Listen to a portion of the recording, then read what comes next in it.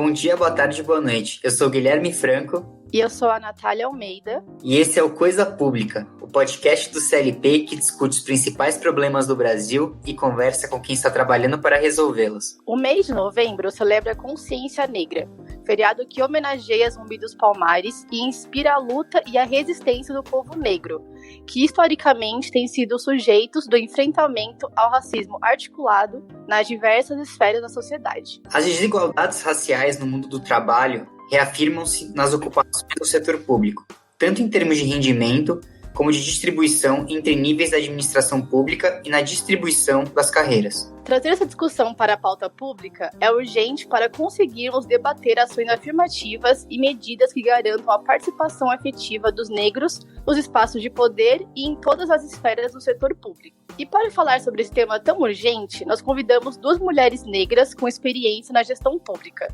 A Camila Guimarães, que é diretora técnica de finanças e suprimento no governo do estado de São Paulo, e a Joyce Trindade, que é analista de diversidade e redes na República.org.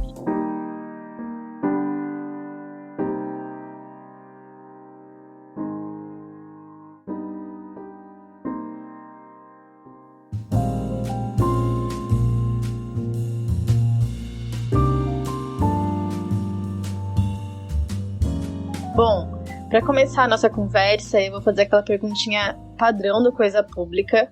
Eu vou começar com a Camila e depois estendo para a Joyce. Camila, quem é você no Estado Democrático de Direito? Bom, Natália, eu sou mulher, negra, mãe de gêmeos e sempre teve bem definido que gostaria de trabalhar na administração pública. Como gestora, sou uma gestora que acredita na descentralização dos serviços e na composição de equipes diversas para um bom ambiente de trabalho. Olá, pessoal. Eu sou a Joyce Trindade, sou uma mulher preta também, gestora pública por formação e atuo diretamente no combate ao racismo, no Estado Democrático de Direito, entendendo que a gente só consegue efetivar a democracia, combater as desigualdades, enfim, trazer mudanças estruturais no nosso Estado, no nosso governo, a partir do combate às questões raciais, do combate ao racismo, do combate às desigualdades, entendendo que raça ela é transversal a todas as dinâmicas de governo, que só assim a gente consegue mudar, trazer aí novas melhorias para a população brasileira no geral. E para começar nossa conversa, eu vou puxar uma pergunta aqui. O estudo do IPEA mostra que, apesar de ocuparem 47% dos empregos do setor público, os negros ainda permanecem em cargos menos valorizados, não tão altos.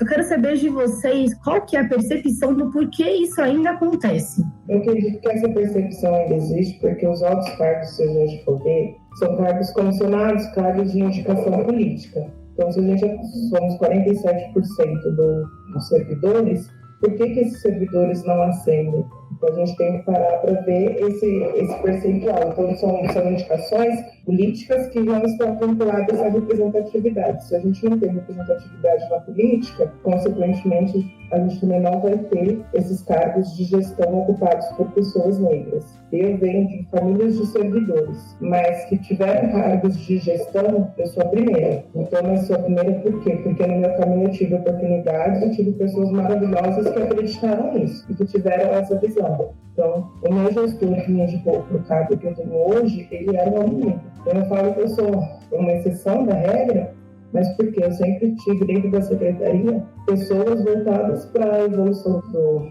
desenvolvimento, do servidor, independente da indicação, gestão, da capacidade técnica, vamos dizer assim. Então, acho que o primeiro ponto é a gente entender que o motivo, dos negros não estarem nos cargos mais altos da gestão pública, apesar da gente existir na estrutura da administração pública e a gente não estar ocupando os espaços da alta gestão, das altas lideranças, enfim, isso se representa em toda a estrutura brasileira, E a gente vai a partir da concepção e do entendimento do racismo estrutural.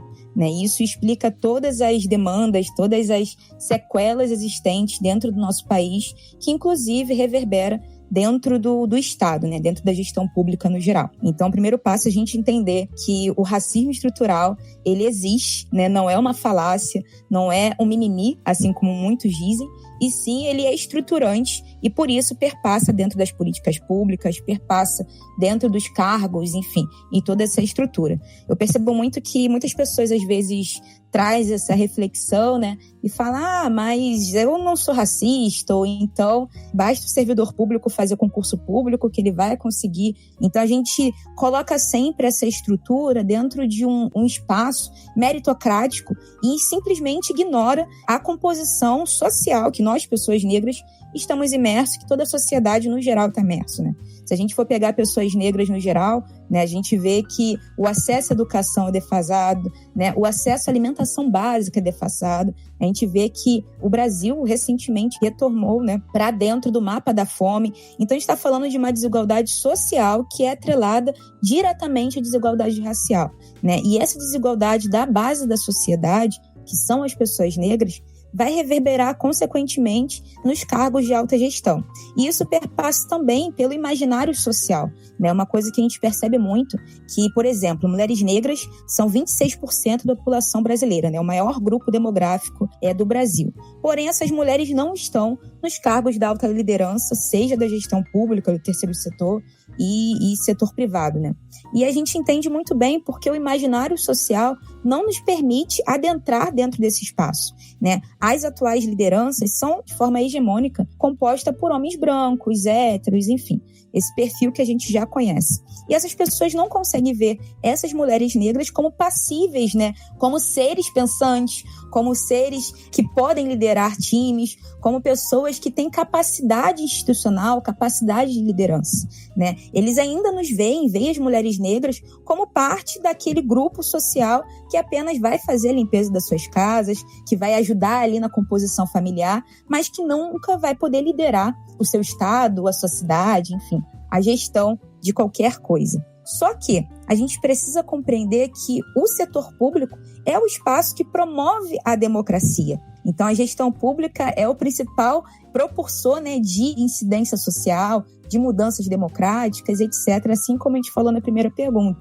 Se a gente entender, se a gente começar a incidir e mostrar que o serviço público precisa dar esse primeiro passo de mudança estrutural, precisa dar o primeiro passo de compreensão sobre que raça é a mudança, né, que a gente precisa trazer para as políticas públicas e que pessoas negras precisam estar dentro dessa estrutura, aí sim a gente vai começar a mudar as demais camadas da sociedade, dado que o Estado é o principal propulsor de mudanças dentro de toda a composição social. Então, acho que a gente precisa entender que a estrutura, no geral, ela está sendo justificada, né? Ela tem essas problemáticas a partir do racismo estrutural. Entretanto, o Estado precisa ser o principal propulsor, né, alavanca aí de mudanças dentro da sociedade, né? E isso passa pela composição de pessoas negras nos cargos de liderança. Bom, eu vou puxar a segunda pergunta, então, pegando como gancho o que a Joyce trouxe sobre políticas públicas.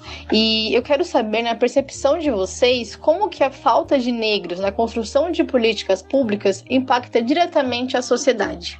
A gente vai considerar que a gente tem uma falta não só na área pública, como também na estrutura da sociedade no todo, né? Os indicadores vão mostrar que é uma articulação estrutural e institucional que já está enraizada na sociedade. Se a gente não tiver a representatividade, não tiver o negro dentro, esse debate que a gente está tendo aqui hoje, ele vai continuar, daqui 2 anos nós vamos voltar e vamos falar da mesma coisa se não tiver essa implementação. Então, porque as políticas públicas, elas são feitas geralmente por pessoas não negras, que não têm a visão da composição de raça. Então, e para a sociedade negra, a falta dessas políticas, vamos dizer assim, eu acho que ela dificulta 3 vezes mais, porque a gente não vai ter o acesso, a gente tem a base, vamos dizer assim, né, a cota. Então, ela é essencial, uma das políticas para isso. E a partir dessas políticas, a gente vai desenvolvendo outras ações de manutenção, de implementação de cargos. Então, acho que as políticas, a falta de políticas públicas está aí, tanto na implementação quanto na manutenção e execução das ações afirmativas.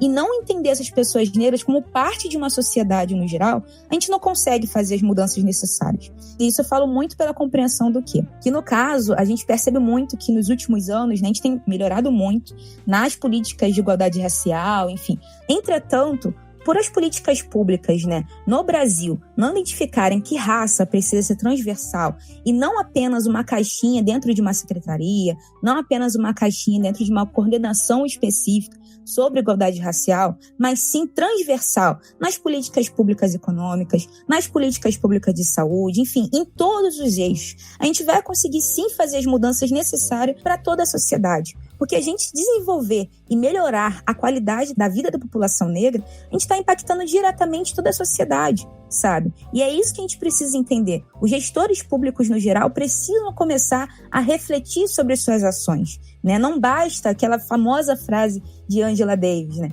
Não basta a gente não ser racista, a gente precisa ser antirracista. E isso perpassa pela gestão pública, pela criação, pela formulação e pela execução das políticas públicas, né? Porque eu vejo, né, que os gestores públicos, em sua grande maioria, primeiro, não sabe desse dado, né, que a gente colocou lá no início, de que 47% da máquina pública é composta por pessoas negras, então a gente já tem o primeiro passo aí. As pessoas não sabem desse dado, né? E com isso, as pessoas não sabem também que 54% da população brasileira é negra. Então são dois dados que estruturam toda a sociedade, desde o Estado até a composição social. E se a gente não tiver isso enraizado na nossa mente, enraizado na nossa atuação profissional, a gente não vai conseguir mudar o Brasil. E esse recado eu deixo muito para os gestores públicos no geral, sabe? Eles precisam ter ações antirracistas. Eles precisam começar a refletir sobre todos os passos deles na máquina pública. Senão a gente não vai conseguir combater as desigualdades. E o combate às desigualdades no nosso país é transversal ao combate às desigualdades raciais. E a gente combater essas mazelas na nossa sociedade vai impactar positivamente toda a sociedade, sabe? Então a gente precisa ter esse olhar estratégico. Eu queria saber o que você acha quanto à educação, porque eu acho que a educação ela é a base de toda a estrutura da sociedade. Sim. E se a gente não tiver uma educação antirracista, eu acho que a gente vai acabar perdendo lá na frente um pouco do trabalho que já tem sido desenvolvido ao longo de todo esse período, né? Exatamente, Camila, para mim.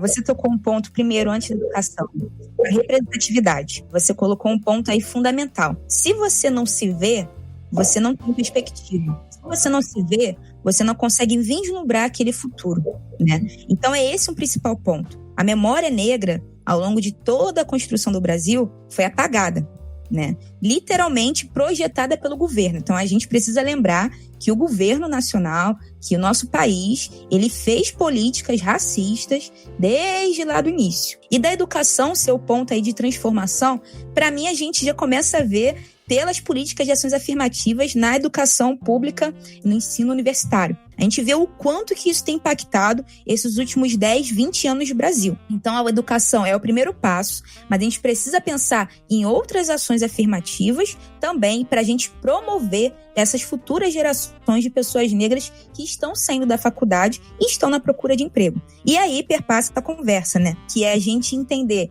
que precisamos pensar em políticas de cotas no terceiro setor, no setor privado, no setor público, enfim, em todas as instâncias. Muito boas colocações de vocês. Eu queria fazer uma pergunta muito em cima de... Eu anotei algumas coisas aqui. A Camila falou que a maioria dos cargos no setor público são de indicação, e isso acaba atrapalhando muito a questão de pessoas negras estarem ocupando cargos ali. E a Joyce também trouxe um dado que me chamou muita atenção, que é, ninguém sabe os dados, quem está no setor público, ninguém sabe dado nenhum. E é o setor público que promove a política pública, que promove a democracia, que promove as mudanças, né? Minha pergunta é muito em cima das eleições que tiveram agora nesse último final de semana. É um debate que está cada vez sendo mais trazido para o debate racial. E eu queria saber se, para vocês, o resultado foi satisfatório, se vocês consideram que houve um avanço nesse sentido do combate racial e etc. de candidatos. Qual que é a avaliação que vocês fazem dessas eleições municipais?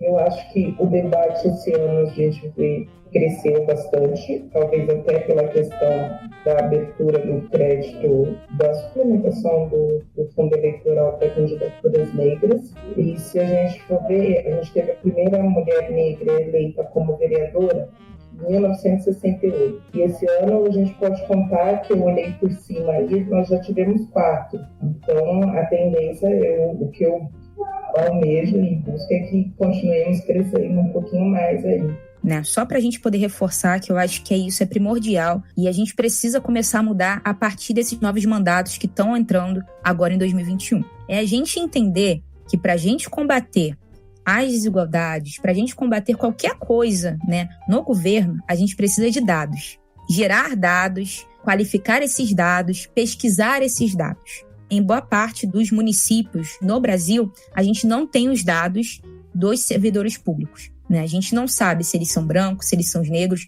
quem são, de onde vêm, enfim, a gente não sabe.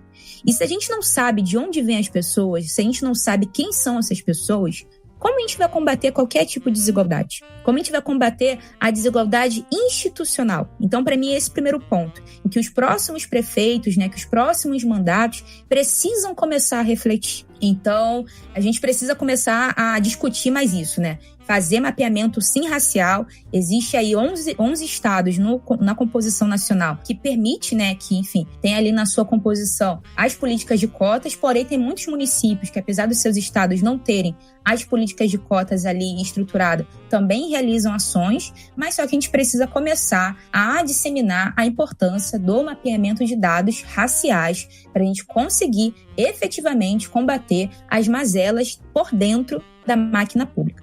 No domingo, né, no dia 15 de novembro, a gente conseguiu ver nomes incríveis conseguindo entrar, pessoas negras, pessoas trans, enfim. E isso são grandes avanços aí que a gente está tendo na democracia brasileira e como isso também reverbera na administração geral da gestão pública.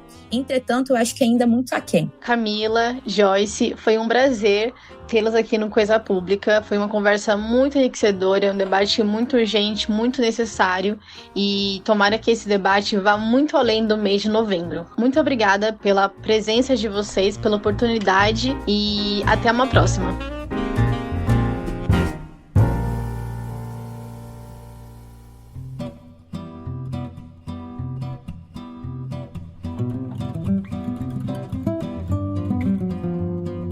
Esse foi o Coisa Pública, o podcast do CLP que discute os principais problemas do Brasil e conversa com quem está trabalhando para resolvê-los. Para saber mais sobre tudo o que acontece na gestão pública, acompanhe os canais do CLP nas redes sociais. Através do nosso Instagram, Twitter e Facebook, você fica sabendo de tudo sobre esse e os próximos episódios.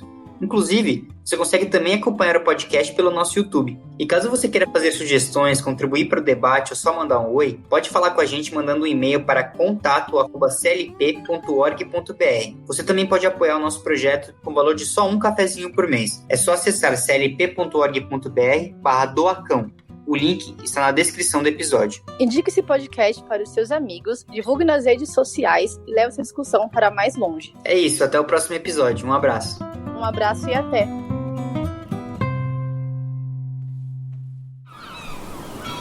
Este podcast foi editado pela Maremoto.